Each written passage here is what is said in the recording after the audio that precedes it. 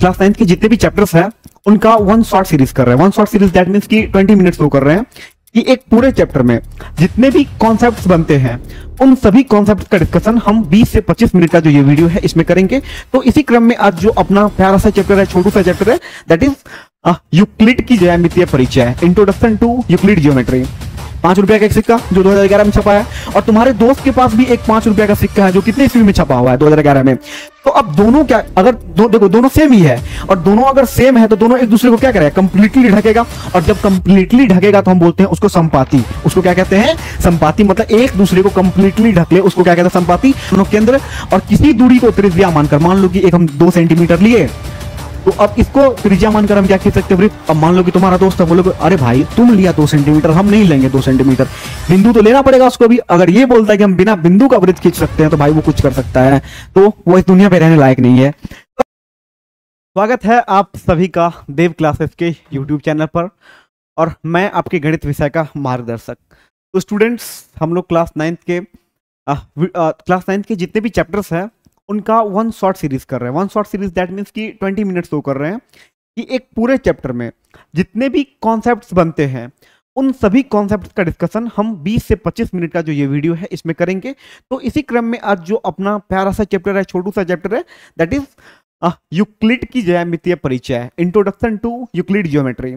अब एक्चुअली अब इसमें क्या पढ़ना है क्या नहीं पढ़ना है, उससे पहले हम क्या करते हैं कि ये जो चैप्टर दिया हुआ है इसमें जो मेन वर्ड दिया हुआ है दैट इज ज्योमेट्री, यानी कि ज्यामिति, इसको समझते हैं आखिर इसका मतलब क्या होता है। तो स्टूडेंट्स, ये जो शब्द दिया हुआ है ज्योमेट्री, ये यूनान भाषा के 2 शब्दों से मिलके बना हुआ है। अगर मैं हिंदी में इसके बारे में बात करूं तो इसका मतलब होता है ज्यामिति।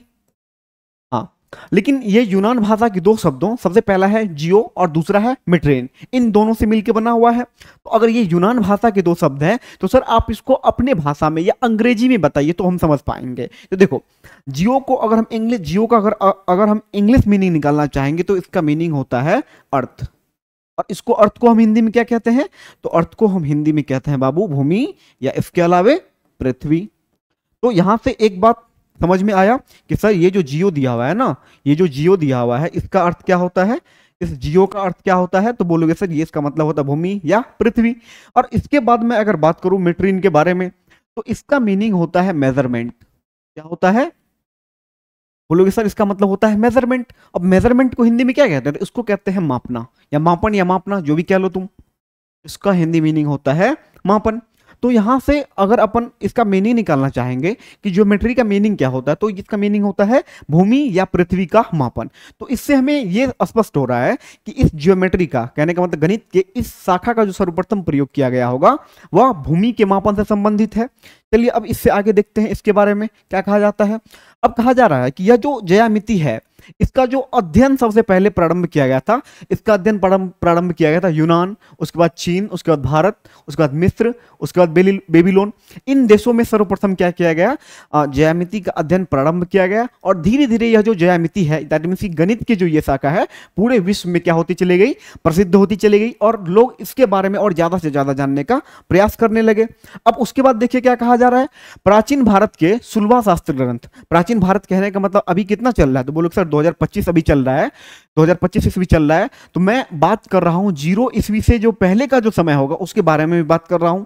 तो कहा जा रहा है कि प्राचीन भारत में, यानी कि हमारे देश में एक ऐसा ग्रंथ था जिसमें हमको ज्यामितीय आकृतियों के बारे में कुछ बताने का, ज्यामितीय आकृतियों के बारे में जानकारी दी गई है। और उस ग्रंथ का नाम क्या है, तो बोलोगे सर सुलभा शास्त्र है उस ग्रंथ का नाम। तो अब हमने यहां पर यह पढ़ लिया कि इसका मतलब क्या होता है, पढ़ाई स्टार्ट कहां पर सबसे पहले किया गया था, इसके बारे में सबसे पहले कहां के लोगों को पता चला था, लेकिन ये पता कैसे चला था, यानी कि लोगों ने इनके बारे में जानकारी जानकारी को इकट्ठा करना प्रारंभ क्यों किया था। तो चलो सबसे पहले मैं तुमको बताता हूं। तो जो भी गणितज्ञ हैं इसके 2 मूल कारण बताते हैं। 2 मूल कारण क्या बताते हैं, तो सबसे पहला कारण मैं तुम लोगों को बता दूं, जो मिस्र नाम का एक देश है, तो मिस्र नाम का एक देश है और वहाँ के लोग क्या करते थे उस काल में, मतलब कि जब ये इसको पढ़ना स्टार्ट किया गया था तो उस काल में वहाँ के लोग कृषि का कार्य करते थे। और कृषि का जो कार्य करते थे तो वहाँ पर जो बाढ़ आता था, तो बाढ़ आने के कारण कृषि, जितने भी भूमि में कृषि किया जाता था, फसल तो उसका नष्ट होता ही था। और साथ ही साथ वो अपने साथ क्या करता था, जो फसल योग्य भूमि है उसको भी अपने साथ बहा करके ले जाता था। लेकिन बाढ़ का पानी जैसे ही खत्म होता था तो जो भी किसान थे उनको यह पता नहीं चल पाता था कि मेरा जो भूमि है, यानी कहने का मतलब कृषि योग्य भूमि है, कहने का मतलब मेरा जो खेत है वो कहां से कहां तक था। तो सबसे पहले यही होता था कि जैसे ही बाढ़ का पानी गया तो लोगों में एक ऐसी भावना हो जाती, मेरा भूमि किधर चला गया, कहां पर था, नहीं था, तो लोगों को जाने में दिक्कत होता था। तो इसी समस्या को दूर करने के लिए जो भी वहां के पढ़े लिखे लोग थे उन लोगों ने एक तरीका अपनाया, और तरीका ये अपनाया था कि करो क्या, तुम्हारा जो भी भूमि है तुम उसके आकार को माप लो। जैसे कि मान लो कि किसी का इस आकार का भूमि है, सबसे पहले आकार को माप लो। अब आकार के मापने से तो काम चलेगा नहीं, कभी कभी क्या होगा, इस आकार का तुम बड़े बड़े खेत को भी मतलब कि बड़े भूमि के भाग का भी भाग हो सकता है इस आकार का, कभी छोटे भूमि का भी भाग हो सकता है। तो सबसे पहले उन्होंने क्या कहा कि तुम अपने खेत का, दैट मीन्स की भूमि का तुम आकार माप लो। उसके बाद वो कितना क्षेत्रफल कवर करता है, वो क्या कितना क्षेत्रफल कवर करता है, तुम इन दोनों को माप लो। तो सबसे पहले उन्होंने क्या कहा कि तुम आकार को भी मापो और उसके बाद क्षेत्रफल को भी मापो। अब जैसे ही बाढ़ आती थी और फसल को अपने साथ बहा करके ले जाती थी, तो बाढ़ जैसे ही खत्म होता था तो लोग क्या करता था, जितना उसके खेत का क्षेत्रफल होता था वो मापता था, और उसी आकृति का, जिस आकृति का उसका पहले भूमि था उसको माप करके निकाल लेता था और बोलता था देखो भाई ये मेरा है। उसके बगल वाला क्या, उसके बगल में क्या होता था कि उसके बगल वाली की जो आकृति थी और जितना क्षेत्रफल था वो क्या करता है, उतना मेजर करके उसको बाहर निकाल लेता है। तो पहला तो ये बताया गया है, और दूसरा इसका कारण ये बताया गया है कि हम लोग ज्यामिति का अध्ययन क्यों करते हैं। तो ज्यामिति का जो अध्ययन करने का एक और कारण हम लोगों के सामने आया है, वह कारण ये है कि पहले के समय में जो भी राजा महाराजा वगैरह हुआ करते थे, या जो भी रईस लोग हुआ करते थे, कहने का मतलब जिनके पास बहुत ज्यादा रुपया पैसा हुआ करता था, वो लोग ये चाहते थे कि उनका जो भवन बनाया जा रहा है, उनका जो महल बनाया जा रहा है, उनका जो बिल्डिंग बनाया जा रहा है, उसको अच्छे डिजाइनों से बनाया जाए। उसको क्या किया जाए, तो बोलोगे सर अच्छे डिजाइनों से बनाया जाए। तो इस अच्छे डिजाइन से बनाने के लिए राजा ने, या जो भी रईस लोग थे उन लोगों ने क्या किया, अपने क्षेत्र के पढ़े लिखे लोगों को बुलाया, या जो तुम कह सकते हो कि काबिल लोगों को बुलाया, और बोला कि देखो भाई हमको अपना महल बनवाना है, और महल बनवाना है आकर्षक बनवाना है कि लोगों को देखने पर बहुत ही ज्यादा अच्छा लगे। तो उसके लिए उन्होंने बताया कि जो भी काबिल लोग थे कि हमको बनाओ एक ऐसा डिजाइन तैयार करो कि जो सबको अच्छा लगे। तो वो जो भी पढ़े लिखे लोग थे, जो भी काबिल लोग थे, उन लोगों ने किसका सहायता लिया, तो उन लोगों ने लिया ज्यामिति का सहायता, और ज्यामिति आकृतियों की सहायता से उसने उसके महल को सजाना स्टार्ट किया। तो यहां से यह भी माना जाता है कि जो भी राजा महाराजा थे उनका जो भवन होता था उनको आकर्षक डिजाइनों में बनाने के लिए इसका पढ़ाई स्टार्ट किया गया था, मतलब इसका ज्यामिति का प्रयोग करना प्रारंभ किया गया था। अब इसके बाद जैसे ही समय धीरे धीरे आगे बढ़ता गया, और समय आगे बढ़ता है, और अब हम आते हैं थेल्स के दुनिया में। किसकी दुनिया में आते हैं, तो बाबू तो बोलोगे सर अब आते हैं हम थेल्स की दुनिया में। अब देखिए थेल्स ने क्या कारनामा किया था। तो जैसे कि आप लोग एक बात पढ़ रहे होंगे कि एक वृत्त तुमको दिया हुआ है, और वृत्त का जो व्यास होता है वह वृत्त को दो बराबर क्षेत्रफल वाले भागों में बांटते। देखो ये वृत्त दिया हुआ है, अब ये वृत्त का व्यास हो गया, तो कहीं ना कहीं यहां पर क्या होगा, इसका बोलोगे सर केंद्र बिंदु होगा, एकदम बीचों बीच में क्या होगा, केंद्र बिंदु होगा। तो अब ये जो वृत्त का व्यास होता था, देखो ये पहला भाग हो गया, ये पहला भाग हो गया, इसके अलावा ये कौन सा भाग हो गया, बोलोगे सर दूसरा भाग हो गया। तो थेल्स का ये मानना था कि जो वृत्त होता है उसका जो व्यास होता है, वृत्त को दो बराबर क्षेत्रफल वाले भागों में क्या करती है, बांटती है। और इसको उन्होंने क्या किया था, प्रूफ किया था। ये नहीं कि सिर्फ कह करके छोड़ दे कि एक वृत्त दिया हुआ है तुम्हारे पास और उसमें अगर तुम कोई व्यास खींचोगे तो उसको दो बराबर क्षेत्रफल वाले भागों में बांटेगी। इसको साथ उन्होंने क्या किया था, प्रूफ भी किया था। कहने का मतलब इसकी उत्पत्ति भी दी थी, दैट मीन्स की प्रूफ भी करा था, जिसको हिंदी में क्या कहते हैं, उत्पत्ति भी दी थी। जैसे कि अभी तुम लोग पढ़ोगे, आगे चल करके आने वाले क्लासेस में क्या पढ़ोगे कि सिद्ध कीजिए कि त्रिभुज के तीनों कोनों का योग 180 डिग्री होता है। तुमको पता है कि तीनों कोनों का योग 180 डिग्री होता है, लेकिन तुमको वही कहा जा रहा है कि तुम सत्यापित करो। तो ये जो सत्यापन की प्रथा है, ज्यामिति जो भी ज्यामितीय कथन है, उसके जो सत्यापन की प्रथा है वो किसके द्वारा प्रारंभ किया गया था, तो बोलोगे सर वो प्रारंभ किया गया था थेल्स के द्वारा। और पहला सत्यापन क्या था, पहला प्रूफ क्या था, तो एक वृत्त का जो व्यास होता है, वृत्त को दो बराबर क्षेत्रफल वाले भागों में बांटती है। देखो भाई ये यहाँ पर फर्स्ट होगा, हाँ तो ये हो गया। तो सबसे पहले किसने दिया था? थेल्स ने दिया था। अब देखो थेल्स जो थे एक गणितज्ञ थे और बहुत ही अच्छे खासे पढ़े लिखे लोग थे, तो वो क्या करते थे, बच्चों को भी गणित पढ़ाया करते थे। अब देखो इन्होंने ये कारनामा किया, इसके बच्चों ने क्या कारनामा किया, तो इनके बच्चों में जो सबसे प्रतिभाशाली बच्चा था उसका नाम था पाइथागोरस। दैट मींस कि सबसे प्रतिभाशाली स्टूडेंट जो था इनका, वर्सेटाइल स्टूडेंट जो था वो कौन थे? पाइथागोरस थे। अब देखो पढ़े लिखे लोगों के संपर्क में जो होते हैं ना, अब एक बात तुम लोग सुना होगा कि जैसा तुम्हारा चाल चलन रहेगा, मतलब कि जैसा तुम्हारा संगत रहेगा ना, उसी तरीके से तुम भी हो जाओगे। तो देखो ये पाइथागोरस पढ़े लिखे लोगों के बीच में रहते थे। तो अब जो पाइथागोरस थे और जो भी उनके साथी थे, उन लोगों ने क्या किया, आपस में मिलकर के और गणित के जो भी ज्यामिति वाली भाग है उसमें नए नए गुणों को खोजना स्टार्ट किया। जैसे कि एक गुण तुम लोग पढ़ते होंगे कि अगर तुम्हारे पास कोई समकोण त्रिभुज दिया हुआ है, that is right angle triangle दिया हुआ है, अगर तुम्हारे पास कोई भी समकोण त्रिभुज दिया हुआ है तो ये 90 डिग्री का कोण है, राइट एंगल है, तो इसके जस्ट अपोजिट वाले साइड को, यानी कि विपरीत वाले भुजा को हम क्या कहते हैं? तो कहते हैं इसको कर्ण। और अंग्रेजी में क्या कहते हैं इसको? तो बोलोगे सर हाइपोटेनस कहते हैं। हाइपोटेनस कहते हैं। उसके बाद ये जो साइड दिखता है जिस पर 90 डिग्री का कोण बन रहा है, इसको क्या कहते हैं? इसको कहते हैं आधार, और आधार कहे तो बेस। और ये जो साइड दिख रहा है कर्ण और आधार के अलावा, इसको क्या कहते हैं? इसको कहते हैं लंब, और लंब कहे तो परपेंडिकुलर। और देखो कर्ण को H से सूचित किया जाता है, आधार को B से सूचित किया जाता है, और लंब को P से सूचित किया जाता है। हाँ लेकिन ये तो सबको पता है, लेकिन सर पाइथागोरस ने बताया क्या था? तो सबको पता है कि किसी भी समकोण त्रिभुज का, राइट ट्राइंगल का जो कर्ण होता है उसका वर्ग यानी कि H का स्क्वायर, उसके लंब और आधार के वर्गों के योग होता है। कहने का मतलब P square plus B square के ये क्या होता है?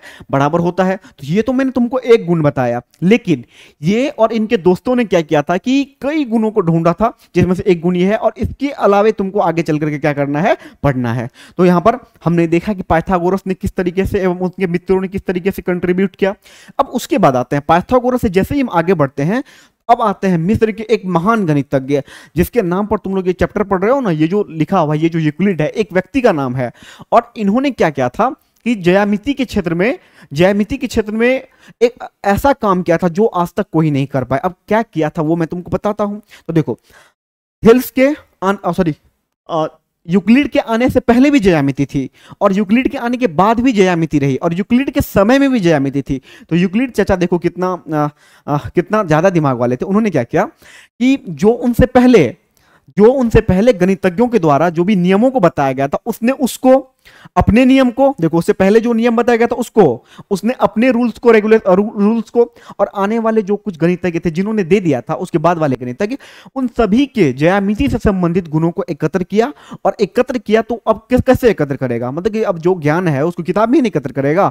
तो वही कहा जा रहा है कि मिस्र के एक गणित शिक्षक यूक्लिड ने ज्यामिति की अवधारणाओं एवं ज्ञान को अपने प्रसिद्ध ग्रंथ एलिमेंट्स में एकत्र किया। दैट मीन्स कि एक किताब, ज्यामितीय आकृतियों से संबंधित एक किताब बनाया, और उसका नाम उन्होंने क्या रखा? तो उन्होंने रखा एलिमेंट्स।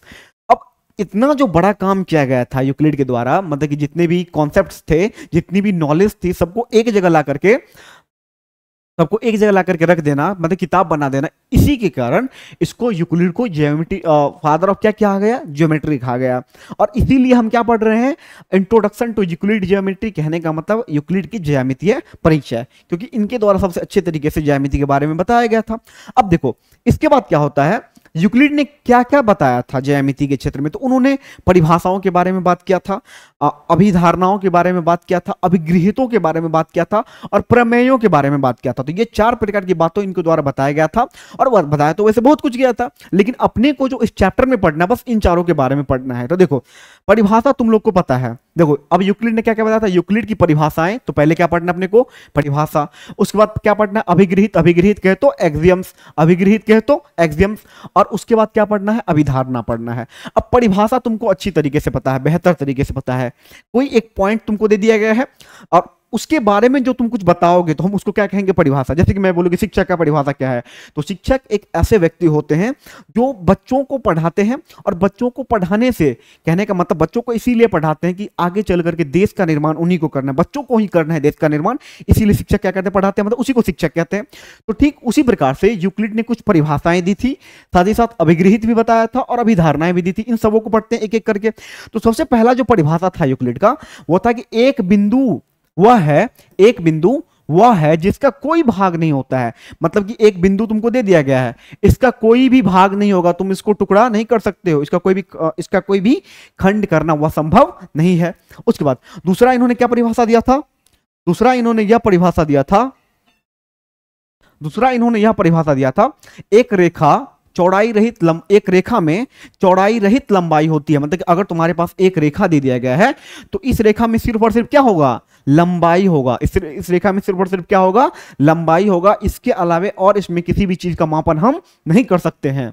उसके बाद अगला देखो, एक रेखा के सिरे बिंदु होती है। अच्छा, ऑब्वियस सी बात है कि सर यहां पर अगर एक रेखा दिया हुआ है तो एक बिंदु तो यहां पर होगा, एक इस वाले एंड पॉइंट पर, और एक बिंदु इस वाले एंड पॉइंट पर होगा। तो एक रेखा के सिरे, सिरा कहने का मतलब जहां से स्टार्ट होता है और जहां तक जाता है, तो उसका जो सिरा होता है वह क्या होता है, एक बिंदु होता है। उसके बाद मैं अगर बात करूं एक सीधी रेखा एक ऐसी रेखा होती है, देखो क्या कहा जा रहा है, एक सीधी रेखा ऐसी रेखा है जो स्वयं पर बिंदुओं के साथ सपाट रूप से स्थित होती है। अब देखो ये सीधी रेखा है, तो अब इसका निर्माण किससे हुआ है, तो बोलोगे सर बिंदुओं से हुआ है। अब वह बिंदु जो है सीधा सीधी है कि एकदम टेढ़ा से है, तो बोलोगे सर बिंदु तो सीधा, अगर टेढ़ा रहता तो ऐसे करके रेखा जाता, ऐसे करके जाता, बोलो हाँ या ना, बोलोगे हाँ सर। तो एक रेखा एक ऐसा होता है जो स्वयं पर बिंदुओं के साथ सपाट रूप से, मतलब एकदम सीधे तरीके से क्या होती है, स्थित होती है। देखिए इसके बाद और यूक्लिड साहब ने क्या बताया था कि एक पृष्ठ वह है जिसकी केवल लंबाई चौड़ाई होती है। पृष्ठ कहने का मतलब जो तुम आयत के बारे में पढ़ते हो, वर्ग के बारे में पढ़ते हो, त्रिभुज के बारे में पढ़ते हो, तो उसको में क्या होता है, तो लंबाई होता है, उसके बाद चौड़ाई होता है। जैसे कि मैं अगर एक त्रिभुज तुमको दे दूं, इसके अलावा मैं एक आयत बना देता हूं, तो अगर देखो यहां पर ध्यान से तुम देखने का प्रयास करो, तो यहां से यहां तक की जो दूरी होगी, यहां से यहां तक की दूरी, इसको अपन क्या कहेंगे, तो बोलोगे सर इसको अपन कहते हैं लंबाई, और अंग्रेजी में बात करें तो इसको क्या कहते हैं, लेंथ कहते हैं। उसके बाद अगर मैं ऐसे जाऊं, यहां से यू ऊपर करके जाऊं, तो इसको क्या कहते हैं, तो बोलते हैं इसको चौड़ाई, और चौड़ाई कहे तो इसको क्या कहा जाता है, ब्रेथ कहते हैं। इसको क्या कहते हैं, इसको तो ब्रेथ कहते हैं। तो देखो एक त्रिभुज में लंबाई भी होती है, उसके अलावा क्या होती है, चौड़ाई। अब आयत का तो तुमको पता है ये लंबाई होता है और इसके अलावा ये क्या होता है, चौड़ाई होता है। तो इनको कहते हैं पृष्ठ। पृष्ठ में क्या होती है, लंबाई होती है, और इसके अलावा क्या होती है, तो बोलोगे सर चौड़ाई होती है। ठीक है सर, इससे आगे बढ़िए। पृष्ठ के किनारे रेखाएं होती है। देखो ये पृष्ठ तुमको दिया हुआ है, अब इसका जो ये तुमको किनारा दिख रहा है बाबू, ये जो किनारा दिख रहा है ये क्या है, एक रेखा है, ये भी किनारा है, दूसरा रेखा है, ये किनारा तीसरा रेखा है। आयत में पहला रेखा, दूसरा रेखा, तीसरा रेखा, उसके बाद चौथा रेखा। आई होप कि तुमको ये अच्छे तरीके से समझ में आया हुआ होगा।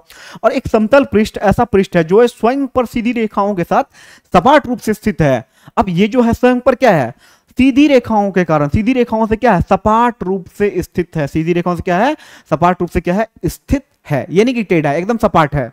तो आई होप कि देखो यूक्लिड के द्वारा कुल 23 परिभाषाएं दी गई थी, जिसमें से यहां पर मैंने तुमको 7 परिभाषाओं के बारे में बताया है, और इतने ही परिभाषाओं के बारे में तुमको अभी क्या करना है, जानना है। चलो अब इससे आगे देखते हैं। अब इसके बाद दो चीज आता है, एक तो आता है अभिगृहित, एक चीज क्या आता है, अभिगृहित। एक चीज क्या आता है, तो बोलोगे सर आता है अभिगृहित, और दूसरा क्या आता है, तो बोलोगे सर अभिधारणा। पहले इन दोनों के मतलब को समझ लो क्या होता है। देखो अभिगृहित को अपन अंग्रेजी में कहते हैं एक्सियम्स। क्या कहते हैं इसको, एक्सियम्स। और अभिधारणा को कहते हैं पोस्टुलेट्स। देखो अभिगृहित क्या होता है, यह भी एक ज्यामितीय कथन होता है। ज्यामितीय कथन कहने का मतलब ज्यामिति से संबंधित बातें होती है, लेकिन इसको तुम डेली लाइफ में भी रिलेट कर सकते हो। ध्यान से सुनो, अभिगृहित एक ज्यामितीय एक कथन होता है जो ज्यामिति से भी संबंधित होती है और हमारे डेली लाइफ से भी यह क्या होता है, रिलेटेड होता है। लेकिन अभिधारणा क्या होता है, अभिधारणा क्या होता है, तो बोलोगे सर अभिधारणा जो होता है ना वो भी एक कथन होता है, लेकिन ये सिर्फ और सिर्फ ज्यामिति से संबंधित होता है। ये किससे संबंधित होता है, तो बोलोगे सर सिर्फ और सिर्फ ये ज्यामिति से संबंधित होता है। अब दिखाते हैं कैसे ज्यामिति से संबंधित होता है, और ये हमारी जिंदगी से भी होता है और ज्यामिति से भी होता है। चलो दिखाते हैं तुमको यहां पर। अब इनके द्वारा, यूक्लिड के द्वारा बहुत सारे अभिगृहितों के बारे में बताया गया था, अभिधारणाओं के बारे में बताया गया था, बट अपन यहाँ पर कुछ 4 5 6 के बारे में समझेंगे। अब कहा जा रहा है वे वस्तुएं जो एक ही वस्तु के बराबर हो, एक दूसरे के बराबर होती है। देखो वे वस्तुएं जो एक ही वस्तु के बराबर होता है। अब वस्तु को हटा करके हम मान लेते हैं कि वे अब देखो x जो है वो a के बराबर है। अब यहां पर देखो वे वस्तुएं जो एक ही वस्तु के बराबर होती है। अब देखो y ये भी a के बराबर है, ध्यान से देखो। अब x और y दो वस्तुएं हैं और ये किसके बराबर है, तो a के ही बराबर है। देखो x और y दो वस्तुएं और x भी a के बराबर, y की भी a के बराबर। तो अब ये जो दोनों होगा ना, x और y जो होगा ना, ये दोनों आपस में क्या होगा, बराबर होगा। ये तो हुई ज्यामिति की बात। अब डेली लाइफ से रिलेट करते हैं। अब देखो मोहन जो है उसका एज सोहन के एज के इक्वल है।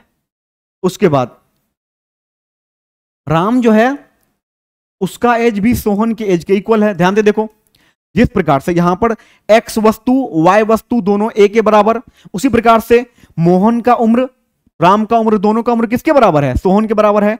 तो मोहन और राम का उम्र भी एक दूसरे के क्या होगा, बराबर। यानी कि वे दो वस्तुएं जो एक ही के बराबर हो वे दोनों आपस में क्या होंगी, तो बोलेंगे सर वो क्या होंगी, आपस में बराबर होंगी। चलो अब पहला ये हो गया। अब इससे अगला देखते हैं क्या कह रहा है। तो इससे अगला जो कह रहा है ना, वो ये कह रहा है कि यदि बराबर को बराबरों में जोड़ा जाए तो पूर्ण भी क्या होता है, बराबर होता है। मान लो कि a और b बराबर है। अब तुम इसमें a जोड़ दो, बराबर को बराबरों में जोड़ा जाए तो इसमें तुम क्या करो, a जोड़ दो, तो a प्लस a, और b में तुम b जोड़ दो। तो अब बराबर भी क्या होगा, यानी कि जोड़ने पर जो आएगा वो भी क्या होगा, बराबर ही होगा। बराबर को बराबरों में जोड़ा जाए, बराबर को किस में जोड़ा जाए, बराबरों में जोड़ा जाए, तो आने वाला भी क्या होगा, कहने का मतलब ये 2a बराबर 2b होगा, और काटेंगे तो a बराबर क्या हो जाएगा, बोलोगे सर b हो जाएगा। हो गया बात सर। आगे बताइए सर क्या कहा जा रहा है। आगे कहा जा रहा है यदि बराबर को बराबरों में से घटाया जाए, ये भी वही बात है, तुम चाहे जोड़ो या तुम चाहे क्या करो, घटाओ, आने वाला क्या है, बराबर ही होगा। उसके बाद वे वस्तुएं जो परस्पर संपाती होती है, एक दूसरे के बराबर होती है। अच्छा देखो संपाती का मतलब क्या होता है, संपाती का मतलब एक दूसरे को कंप्लीटली ढक लेना। मान लो कि मैं बोलूं कि तुम्हारे पास 5 रुपया का सिक्का है, तुम्हारे पास 5 रुपया का एक सिक्का है, हाँ, जो जिसका मुद्रण जो हुआ, मतलब जो छपा है 2011 में, 5 रुपया का एक सिक्का जो 2011 में छपा है, और तुम्हारे दोस्त के पास भी एक 5 रुपया का सिक्का है जो कितने ईस्वी में छपा हुआ है, 2011 में। तो अब दोनों क्या, अगर देखो दोनों सेम ही है, और दोनों अगर सेम है तो दोनों एक दूसरे को क्या करेगा, कंप्लीटली ढकेगा। और जब कंप्लीटली ढकेगा तो हम बोलते हैं उसको संपाती। उसको क्या कहते हैं, संपाती। मतलब एक दूसरे को कंप्लीटली ढक ले, उसको क्या कहते हैं, संपाती। और जब संपाती है तो दोनों एक दूसरे के क्या होगा, बराबर। अरे भाई पूरे ढक रहा है तो मतलब दोनों एक दूसरे के बराबर ही है ना, और जब पूरे ढकता है तो उसको संपाती कहते हैं, और जब संपाती होगा तो साथ ही साथ क्या होगा, बराबर भी होगा। चलो बाबू इससे आगे देखते हैं, इससे आगे क्या कहा जा रहा है। अब इससे आगे कहा जा रहा है कि पूर्ण अपने भाग से बड़ा होता है। ये बात क्या है सर, मान लो कि तुम्हारे पास 10 रुपया है और तुम इसको कई भागों में तोड़ दिए, मतलब कि बांटे हो, एक आदमी को दिए 2 रुपया, दूसरे को दिए 3 रुपया, और तीसरे को दिए 5 रुपया। तो देखो ये क्या है, पूर्ण है, और ये तीनों क्या है, बोलोगे सर इसका भाग है। तो देखो एक भाग क्या था, 2, तो 2 से तो 10 बड़ा है, 3 से भी 10 क्या है, बोलोगे सर बड़ा है, और 5 से भी 10 क्या है, बड़ा है। तो पूर्ण हमेशा अपने भाग से क्या होता है, तो बोलोगे सर पूर्ण हमेशा अपने भाग से बड़ा होता है। चलिए सर इससे आगे बताइए। अब अगला स्टेटमेंट देखो, अगला जो तुम्हारा अभिगृहित दिया हुआ, दैट मींस एक्सियम्स दिया हुआ, अगला क्या कह रहा है, अगला कह रहा है एक ही वस्तुओं के दो गुने परस्पर बराबर होता है। भाई बात तो वही है ना, एक वस्तु है ए, और यही वस्तु फिर से कहा जा लेने के लिए, यानी कि एक ही वस्तुओं के 2 गुने। अरे भाई 2 गुना करोगे तो हमेशा क्या, बराबर ही होगा ना, एक ही वस्तु है ना, 2 गुना करो, 5 गुना करो, 10 गुना करो, हमेशा क्या होगा, बराबर ही होगा। उसके बाद एक ही वस्तुओं के आधे अगर 2 गुना बराबर है तो आधा भी क्या होगा, बोलोगे सर बराबर होगा। तो ये बातें थी अभिगृहित की। तुम इसको ज्योमेट्री से भी रिलेट कर सकते हो, अपनी जिंदगी से भी रिलेट कर सकते हो। अब यहां पर अगला देखो क्या कहा जा रहा है। अब आता है अभिधारणा। अब अभिधारणा भी क्या होता है, ये भी ज्यामिति से संबंधित होता है। और ये सिर्फ और सिर्फ ज्यामिति से संबंधित हो, वो देखो दोनों से, हमारे जीवन से भी था और ज्यामिति से भी था, लेकिन ये क्या है, सिर्फ और सिर्फ ज्यामिति से संबंधित है। अब कहा जा रहा है पहला अभिधारणा, एक बिंदु से एक अन्य बिंदु तक एक सीधी रेखा खींची जा सकती है। हम बोलेंगे बाबू एक बिंदु यहां पर दिए हैं, एक बिंदु यहां पर दिए, दोनों के बीच सीधी रेखा खींचो। बोलोगे सर दोनों के बीच सिर्फ और सिर्फ कितनी रेखाएं खींची जा सकती है, एक सीधी रेखा के बारे में बात किया जा रहा है। टेढ़ी तो तुम अनगिनत खींच सकते हो, ऐसे जितना मन उतना खींच सकते हो, लेकिन 2 बिंदुओं के बीच जो सीधी रेखा खींची जाएगी हमेशा कितनी खींची जाएंगी, तो बोलोगे सर हमेशा खींची जाएंगी एक रेखा। कितनी रेखा खींची जाएंगी, बोलोगे हमेशा जो खींची जाएंगी ना सर वो एक खींची जाएगी। उसके बाद मैं बात करूं कि अभिधारणा। दूसरा अभिधारणा के बारे में, एक शांत रेखा को अनिश्चित रूप से बढ़ाया जा सकता है। एक शांत रेखा है ए और उसके बाद यहां पर मान लो बी, तो तुम कर क्या सकते हो, इसको परिमित रूप से इधर भी अनंत तक बढ़ा सकते हो और इधर भी कहां तक बढ़ा सकते हो, इधर भी क्या कर सकते हो तुम, अनंत तक बढ़ा सकते हो। अगर एक शांत रेखा है तो तुम उसको दोनों तरफ कहां तक बढ़ा सकते हो, अनंत तक बढ़ा सकते हो। चलो बाबू इससे अगला देखो क्या कहा जा रहा है, किसी को केंद्र मानकर, अब मान लो कि एक बिंदु है उसको तुम मानो केंद्र और किसी दूरी को त्रिज्या मानकर, मान लो कि एक हम 2 सेंटीमीटर लिए, तो अब इसको त्रिज्या मानकर हम क्या खींच सकते हैं, वृत्त। अब मान लो कि तुम्हारा दोस्त है, बोलोगे अरे भाई तुम लिया 2 सेंटीमीटर, हम नहीं लेंगे 2 सेंटीमीटर, बिंदु तो लेना पड़ेगा उसको भी। अगर ये बोलता है कि हम बिना बिंदु का वृत्त खींच सकते हैं तो भाई वो कुछ कर सकता है, तो वो इस दुनिया पे रहने लायक नहीं है। तो अब देखो मान लो कि यहां पर हम क्या करते हैं, तुम्हारा दोस्त बोलता है कि हम 3 सेंटीमीटर लेंगे और उससे वृत्त बनाएंगे, बोलोगे हाँ भाई बनाओ, अच्छी बात है। या तुम्हारा एक और दोस्त है वो बोले कि हम भी एक बिंदु लेंगे लेकिन हम इस बार 4 सेंटीमीटर से बनाएंगे, बनाओ भाई।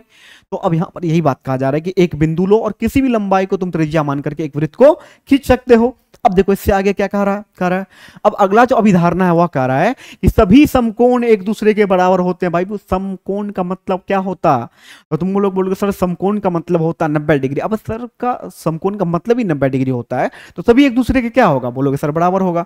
उसके बाद अब ये देखो सबसे इंपॉर्टेंट है, कहा जा रहा है यदि एक सीधी रेखा 2 सीधी रेखाओं पर गिरकर, मतलब कि देखो एक सीधी रेखा है, दो सीधी रेखा यहां पर हम तुमको दे दिए हैं, 2 सीधी रेखा। अब 2 सीधी रेखाओं पर एक सीधी रेखा जैसे कि गिर गया है, तो अब कहा जा रहा है गिरकर 2 अंतःकोण। अच्छा अंतःकोण क्या क्या होगा, तो बोलोगे सर अंतःकोण जो होगा, पहला तो ये अंतःकोण होगा और दूसरा ये अंतःकोण होगा, उसके अलावे एक अंतःकोण ये भी होगा और दूसरा अंतःकोण ये भी होगा। तो देखो अब ये दोनों अंतःकोण एक ही तरफ दिया हुआ था, तो इसीलिए दोनों को एक कलर से दिए हैं, लेकिन ये उसके विपरीत था तो इन दोनों को एक कलर से दिए हैं। तो कहा जा रहा है कि अंतःकोण बनता इस प्रकार बना है कि इन दोनों का योग मिलकर 2 समकोण से कम होता हो। अब देखो अगर मैं बात करूं तो अगर तुम इधर तुम ध्यान से देखोगे तो ये जो कोण तुमको दोनों दिख रहा है, इसका योग जो हो जाएगा ना वो 180 डिग्री से क्या होगा, ज्यादा होगा। यानी कि 2 समकोण कहने का मतलब क्या होता है 180 डिग्री, तो ये दोनों 180 डिग्री से क्या हो जाएगा, ज्यादा हो जाएगा। तो कम बोलोगे सर इधर हो जाएगा, तो कम क्या हो जाएगा, इस साइड क्या होगा 180 डिग्री से कम, 180 डिग्री से कम कहने का मतलब 2 समकोण से क्या होगा, कम। और जिधर कम होगा यानी कि दोनों कोणों का योग जिस साइड कम होगा उसी को अगर हम बढ़ाते चलेंगे तो दोनों कहीं ना कहीं एक बिंदु पर आकर के क्या हो जाएगा, बोलोगे मिल जाएगा। देखो अगर तुम इधर मिलाने का प्रयास कर रहे हो तो ये इधर जाएगा और ये इधर जाएगा, कभी एक दूसरे से मिलने वाला है नहीं। क्यों नहीं है, क्योंकि योग जो है 180 डिग्री से ज्यादा है। बट अगर तुम इसको बढ़ाओ इसको, तो एक समय ऐसा आएगा कि दोनों एक दूसरे को क्या करेगा, कहीं ना कहीं पर कट कर देगा। तो ये जो था यूक्लिड का अभिधारणा, ये क्या था, तो बोले सर यूक्लिड का अभिधारणा, और अभिधारणा नंबर कितना था 5। अब चलो सबसे लास्ट देखते हैं, सबसे लास्ट क्या है, तो इसमें जो लास्ट कॉन्सेप्ट आता है ना वो आता है प्रमेय। अब ये प्रमेय क्या चीज होता है सर, आप तो बताए थे 3 ही। देखो प्रमेय क्या होता है एक्चुअली में, तुम जो जियोमेट्री पढ़ोगे, कहने का होता है ज्यामिति पढ़ोगे, तो उसमें प्रूफ करने वाले क्वेश्चन आएंगे, और प्रूफ करने वाले जो क्वेश्चन आएंगे उसमें जो तुमको हेल्प लेना पड़ेगा वो इसी प्रमेय का हेल्प लेना पड़ेगा। इसी प्रमेय का क्या करना पड़ेगा, हेल्प लेना पड़ेगा, और इसी की सहायता से तुम क्या कर सकते हो, क्वेश्चंस को सॉल्व कर सकते हो। और ये बनता कैसे, तो इसको अभिगृहीतों, अभिधारणाओं और परिभाषाओं की सहायता से क्या किया जाता है, बनाया जाता है इस प्रमेय को। जैसे कि एक प्रमेय तुम लोग पढ़ा होगा कि त्रिभुज के तीनों कोणों का योग कितना डिग्री होता है, तो बोलोगे सर 180 डिग्री होता है। या चतुर्भुज के चारों कोणों का योग कितना डिग्री होता है, तो बोलोगे सर 360 डिग्री होता है। तो स्टूडेंट्स हमने इस चैप्टर में जितने भी कॉन्सेप्ट बना यानी कि जितने भी कॉन्सेप्ट्स बनते हैं हमने उन सबों के बारे में आपको बताया है। आई होप कि आपको ये वीडियो अच्छा लगा होगा, अच्छी तरीके से समझ में आया हुआ होगा। और अगर आपको यह वीडियो अच्छा लगा तो आप अपने दोस्तों में भी क्या करें, इसको शेयर करें। धन्यवाद।